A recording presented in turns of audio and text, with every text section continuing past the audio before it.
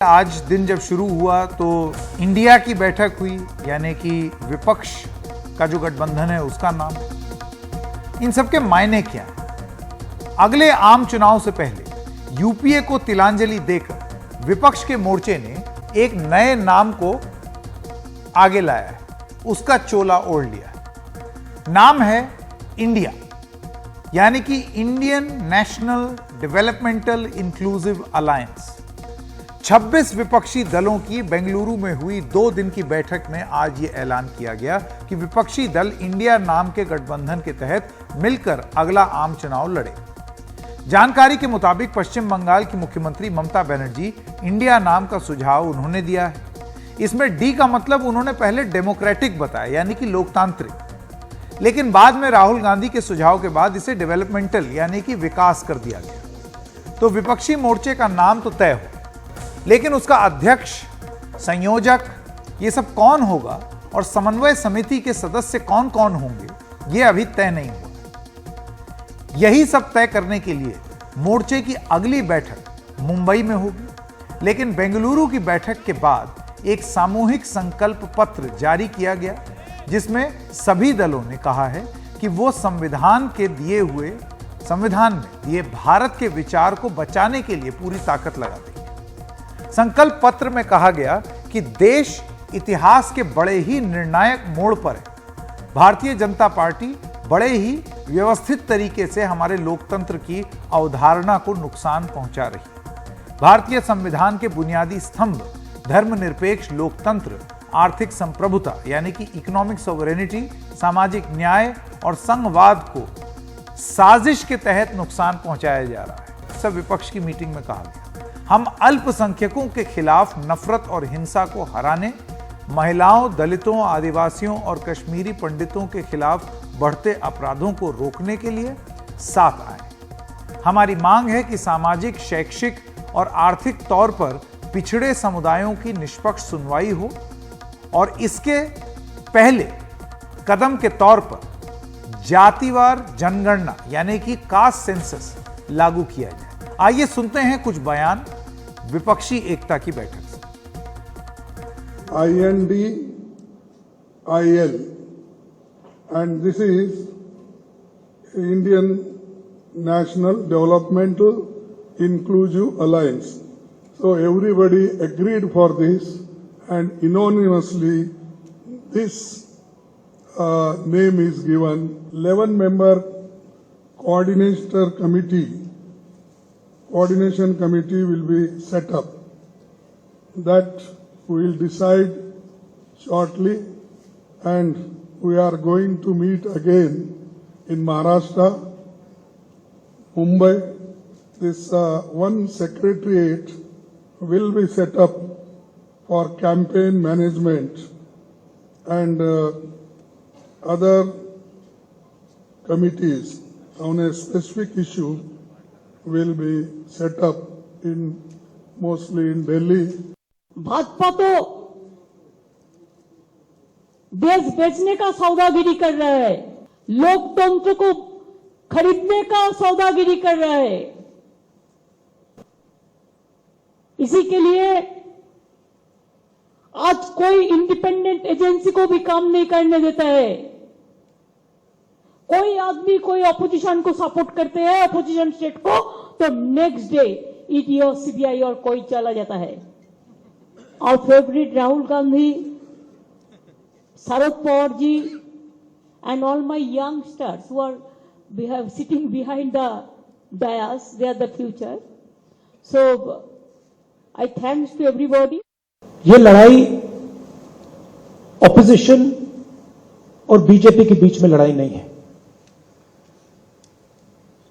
देश की आवाज को दबाया और कुचला जा रहा है। ये देश की आवाज के लिए लड़ाई है और इसीलिए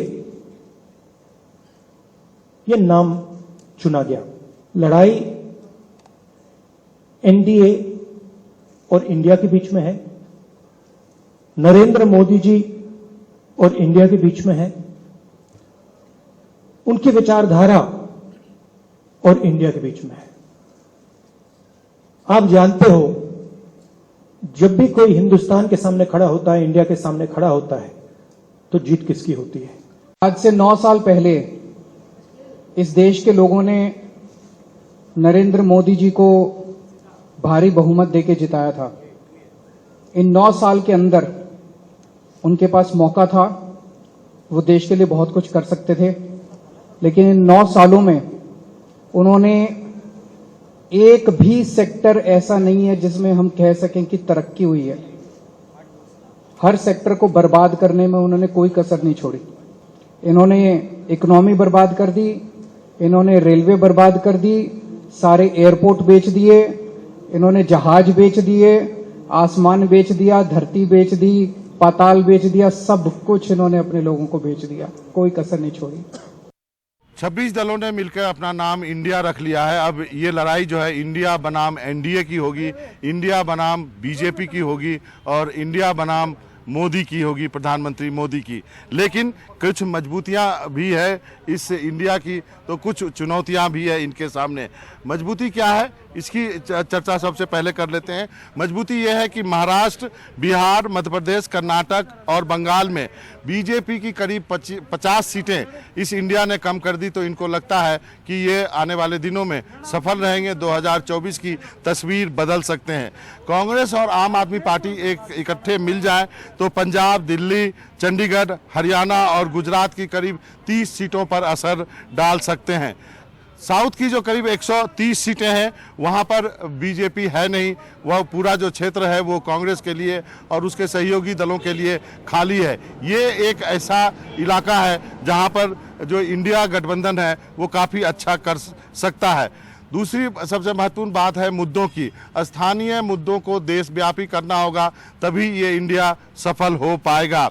बीजेपी के हिंदुत्व के मुकाबले मुस्लिम, आदिवासी और SC ST को एकजुट करना होगा। तो ये सारी चीज़ें हैं जो काफ़ी मजबूती प्रदान करेंगी इंडिया को, लेकिन उनके सामने चुनौतियां भी हैं। चुनौतियां क्या है? विपक्ष में अंदरूनी कलह है। कांग्रेस बनाम तृणमूल कांग्रेस, कांग्रेस बनाम आम आदमी पार्टी और कांग्रेस बनाम लेफ्ट। केरल में लेफ्ट के खिलाफ लड़ते हैं, TMC के खिलाफ पश्चिम बंगाल में लड़ते हैं और आम आदमी पार्टी जो है वो दिल्ली और करेंगे। इसके साथ जो है आप कह सकते हैं कि सीट का बंटवारा कैसे होगा, विपक्ष का एकमात्र उम्मीदवार कैसे खड़ा होगा, ये एक बड़ी चुनौती है।